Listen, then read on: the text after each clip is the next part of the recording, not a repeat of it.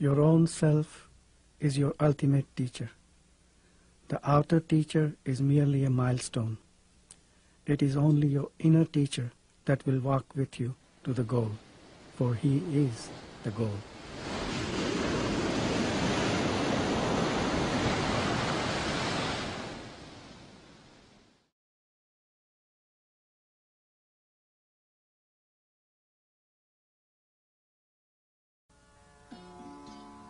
There is absolutely no difference between me and others, except in my knowing myself as I am. I am all. I know it for certain and you do not. In reality, I am neither hearing nor answering. In the world of events, the question happens and the answer happens. Nothing happens to me. Everything just happens. My destiny was to be born a simple man, a humble tradesman with little formal education. My life was of the common kind with desires and fears. When through faith in my teacher and obedience to his words, I realized my true being, I left behind my human nature to look after itself until its destiny is exhausted. Occasionally an old reaction, emotional or mental, happens in the mind, but it is at once noticed and discarded. After all, as long as one is burdened with a personality, one is exposed to its idiosyncrasies.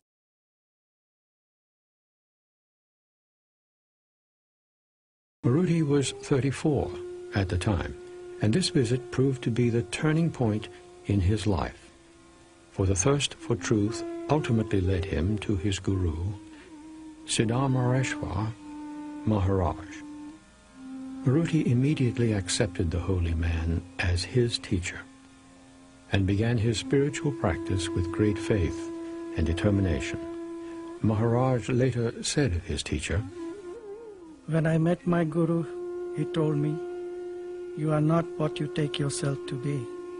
Find out what you are. Watch the sense I am. Find your real self.' I obeyed him because I trusted him. I did as he told me.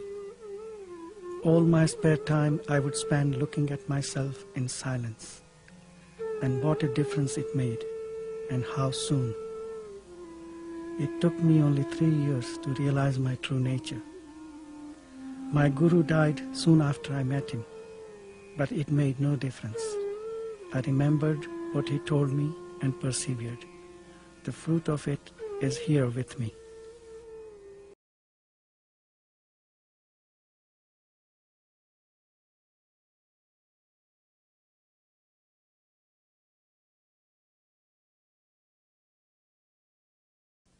A visitor asked Maharaj why realization of one's true nature is so important. Without realization, you will be consumed by desires and fears, repeating themselves meaninglessly in endless suffering. Most of the people do not know that there can be an end to pain. But once they have heard the good news, obviously going beyond all strife and struggle is the most urgent task that can be. You know that you can be free, and now it is up to you. Either you remain forever hungry and thirsty, ever losing and sorrowing, or go out wholeheartedly in search of the state of timeless perfection to which nothing can be added, from which nothing can be taken away. In it, all desires and fears are absent, not because they were given up, but because they have lost their meaning. Seekers who visited Maharaj wanted to know how they too could come to this awareness. How do you go about finding anything? By keeping your mind and heart on it. Interest there must be, and steady remembrance. To remember what needs to be remembered is the secret of success. You come to it through earnestness. Seek a clear mind and a clean heart. All you need is to keep quietly alert. inquiring into the real nature of yourself. This is the only way to peace. All happens by itself. Neither the seeker nor the guru does anything. Things happen as they happen. Blame or praise are a portion later, after the sense of doership appears.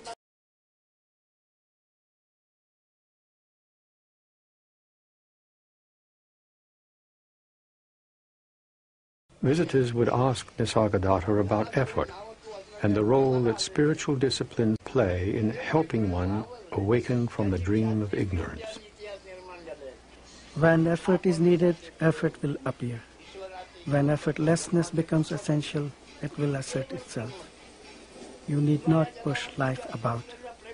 Just flow with it and give yourself completely to this task of the present moment, which is to die now to the now. For living is dying. Without death, life cannot be. Ultimately, one must go beyond knowledge.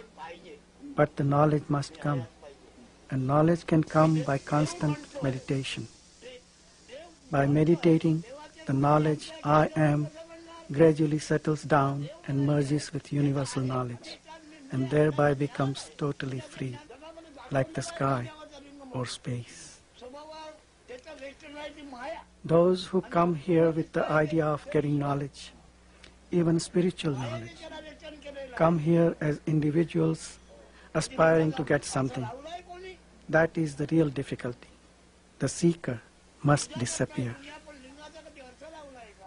When you know your real nature, the knowledge I am remains.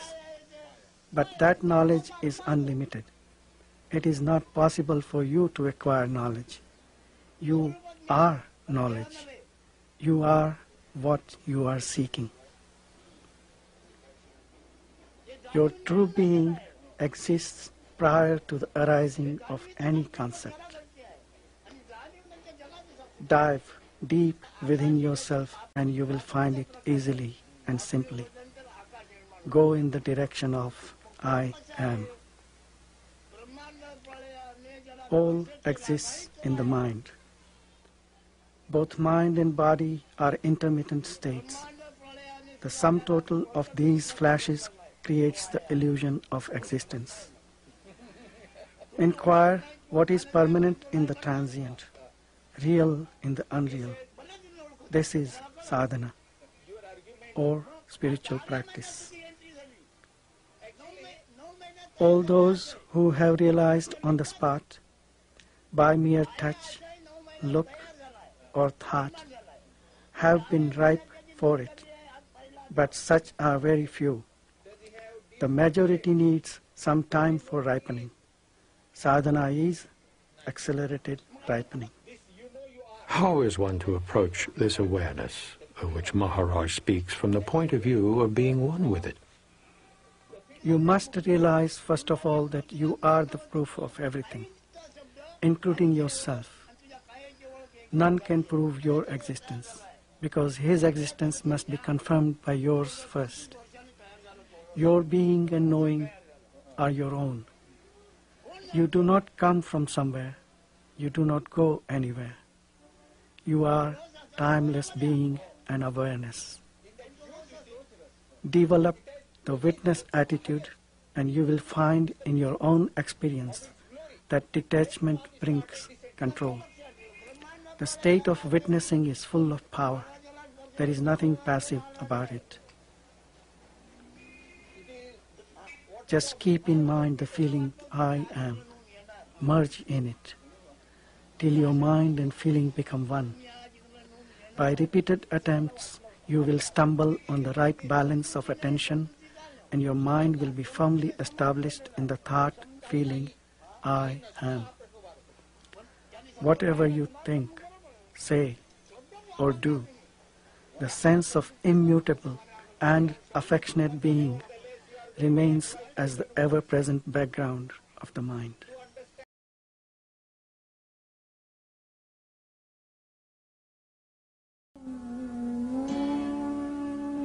Maharaj often spoke of his guru and the role of the teacher in spiritual life.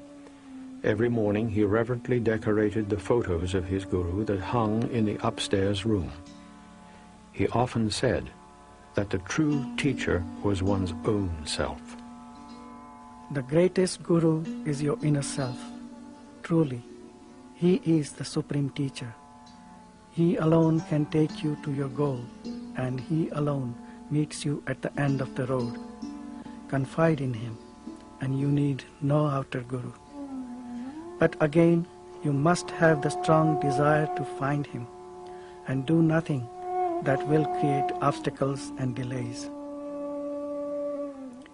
You are never without a guru, for he is timelessly present in your heart.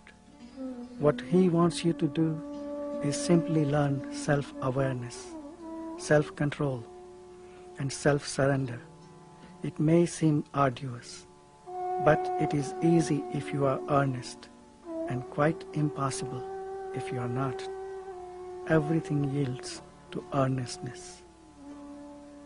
The true guru will never humiliate you, nor will he estrange you from yourself. He will constantly bring you back to the fact of your inherent perfection and encourage you to seek within.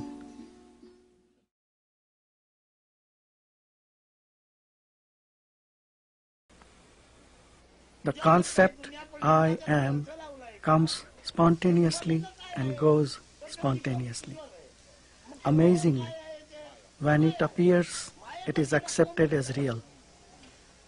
All subsequent misconceptions arise from that feeling of reality in the I amness. The moment the feeling I am appears, the world also appears. Any image you have of yourself is not true. True knowledge is to abide in your own self. The teachings of Maharaj move our awareness from the I amness, this sense of separate identity, to a non-dualistic state of oneness with the Absolute, which is our real nature. Visitors asked for clarification concerning this state of emptiness. I mean, free of all content. To myself, I am neither perceivable nor conceivable. There is nothing I can point out and say, this I am. You identify yourself with everything so easily. I find it impossible. The feeling, I am not this or that, nor is anything mine, is so strong in me that as soon as a thing or a thought appears, there comes at once the sense, this I am not. I find that somehow by shifting the focus of attention, I become the very thing I look at and experience the kind of consciousness it has. I become the inner witness of the thing. I call this capacity of entering other focal points of consciousness love. You may give it any name you like. Since at any point of time and space I can be both the subject and the object of experience, I express it by saying that I am both, and neither, and beyond both. From the point of view of self-realization or enlightenment, there are no individuals. The Self, or God, exists as all manifestation. A visitor asked Maharaj how this individuality arose, and why we think of ourselves as separate individuals. Your thoughts about individuality are really not your own thoughts. They are all collective thoughts. You think that you are the one that has the thoughts. In fact, thoughts arise in consciousness. As our spiritual knowledge grows, our identification with the individual body-mind diminishes, and our consciousness expands into universal consciousness. The life force continues to act, but its thoughts and actions are no longer limited to an individual.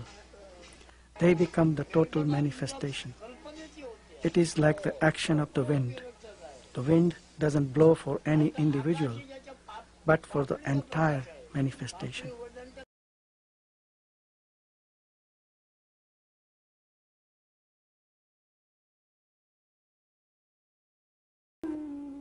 To questions concerning daily work and how one should conduct oneself in the world, Maharaj replied, Why do you worry about the world before taking care of yourself? You want to save the world, don't you? Can you save the world before saving yourself? And what means being saved? From what? From illusion. Salvation is to see things as they already are. Keep quiet. Do your work in the world, but inwardly keep quiet. Then all will come to you. Do not rely on your work for realization. It may profit others, but not you.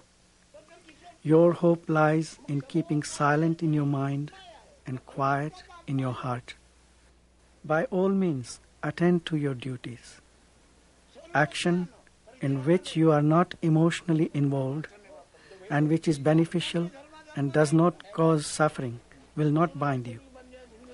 You may be engaged in several directions and work with enormous zest, yet remain inwardly free and quiet with a mirror-like mind, which reflects all without being affected.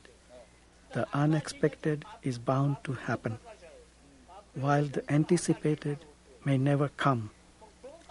All is because you are. Grasp this point firmly and deeply and dwell on it repeatedly. To realize this as absolutely true is liberation.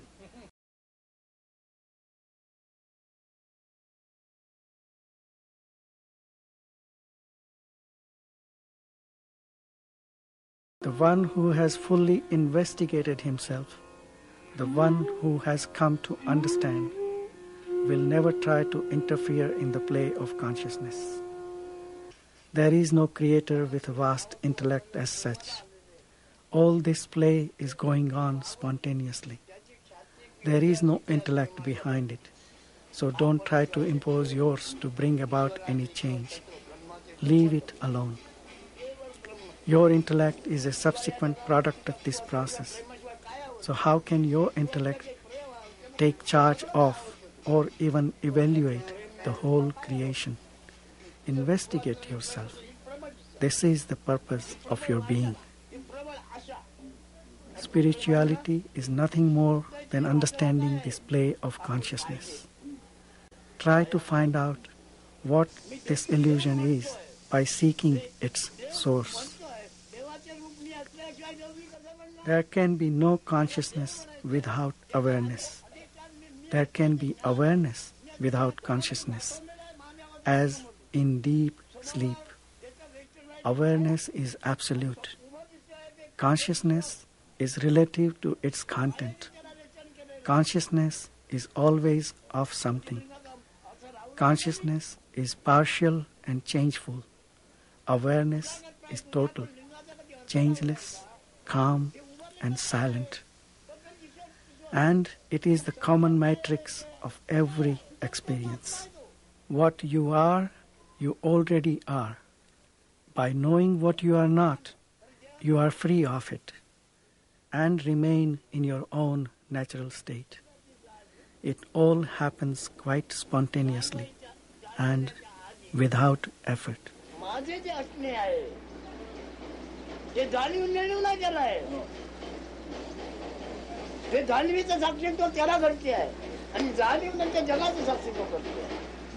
Before the appearance of this beingness, whatever state is, that state is prior to or rather beyond beingness and no being state also.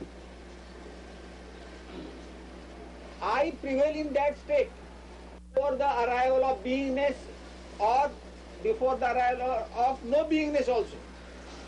And with the waking state, all this world is manifest because of my beingness. My world is manifest. That also is observed by that state. which is prior to beingness.